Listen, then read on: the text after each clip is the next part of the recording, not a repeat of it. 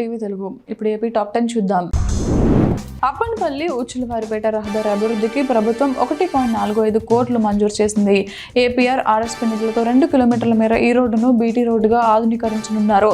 ఏళ్ల తరబడి గోతులతో నిండిన ఈ దారిలో ప్రయాణించేందుకు నరకం చూస్తున్నామని, నిధుల కేటాయింపుతో తమ కష్టాలు తీరనున్నాయని స్థానికులు హర్షం వ్యక్తం చేస్తున్నారు.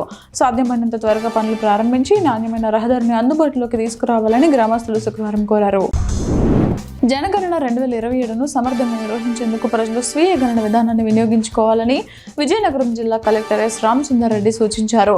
ఆయన స్వీయ గణన ప్రక్రియను పూర్తి చేశారు. ప్రభుత్వం అందుబాటులోకి తెచ్చిన ఈ సౌకర్యంతో ప్రజలు అధికారిక వెబ్సైట్లో మొబైల్ నెంబర్ ఓటీపీ ద్వారా లాగిన్ అయి కుటుంబ సభ్యుల వివరాలను నమోదు చేసుకోవాలని, ఏవైనా ఇబ్బందులుంటే సచివాలయ సిబ్బంది సహాయం తీసుకోవాలని తెలిపారు. రాష్ట్ర ప్రభుత్వం భవన నిర్మాణ కార్మికులకు వెన్నుపోటు పొడుస్తుందని ప్రగతిశీల భవన ఇతర నిర్మాణ కార్మిక సంఘం రాష్ట్ర ప్రధాన కార్యదర్శి కేవీ రమణ విమర్శించారు.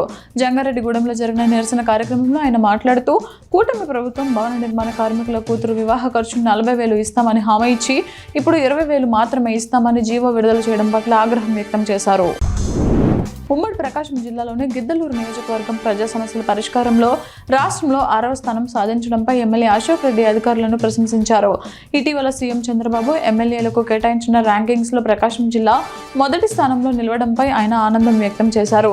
భవిష్యత్తులో కూడా మెరుగైన ఫలితాలు సాధించాలని అధికారులకు సూచించారు. కోనసీమలో కొబ్బరి ధరలు ఆశాజనకంగా ఉన్నప్పటికీ దిగుబడి భారీగా తగ్గడం రైతులను ఆందోళనకు గురిచేస్తోంది. గతంలో ఎకరానికి 1000 కాయలు వచ్చే చోట ప్రస్తుతం 500 కూడా రావడం లేదని రైతులు వాపోతున్నారు. 1000 కాయల ధర 16,000 నుండి 18,000 వరకు పలుకుతున్నా పంట చేతికి అందక నష్టాలు తప్పడం లేదు. జిల్లాలో సుమారు 1.10 లక్షల ఎకరాలపై ఆధారపడిన లక్షలాది మంది రైతులు, కార్మికుల జీవనం దిగుబడి తగ్గుదలతో ప్రస్తుతం భారంగా మారింది. హరిపురం గ్రామంలోని దుకాణ యజమానులు తమ దుకాణాలలో ముస్లింలు ధూపం వేయడాన్ని అడ్డుకున్నారు. ఒక ముస్లిం యువకుడు ధూపం వేయడానికి రావడంతో మా దేవుళ్లకు ధూపం వేసే అధికారం ముస్లింలకు లేదు, వేయాలనుకుంటే హిందువుల బొట్టు పెట్టుకుని రావాలి అని నిలదీశారు. దీంతో ఆ యువకుడు అక్కడి నుంచి వెళ్లిపోయాడు. ఈ సంఘటనతో దుకాణ యజమానులు తమ పట్టుదలను ప్రదర్శించారు.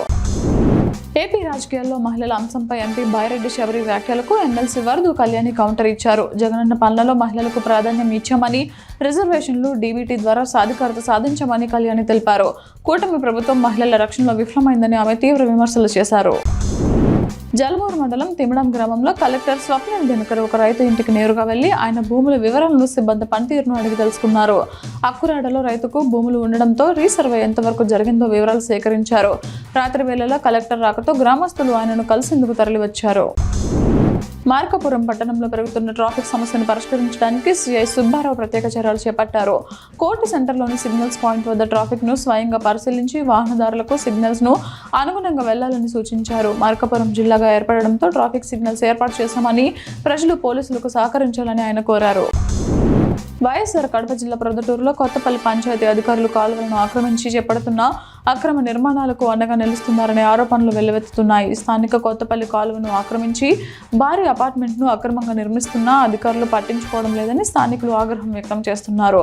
ముఖ్యంగా బఫర్ జోన్లో ఎటువంటి అనుమతులు లేకుండా ఈ నిర్మాణం జరుగుతోందని, అపార్ట్మెంట్ యజమానికి లబ్ధి చేకూర్చేందుకే రెవెన్యూ అధికారుల తీరు ఉందని విమర్శలు వస్తున్నాయి.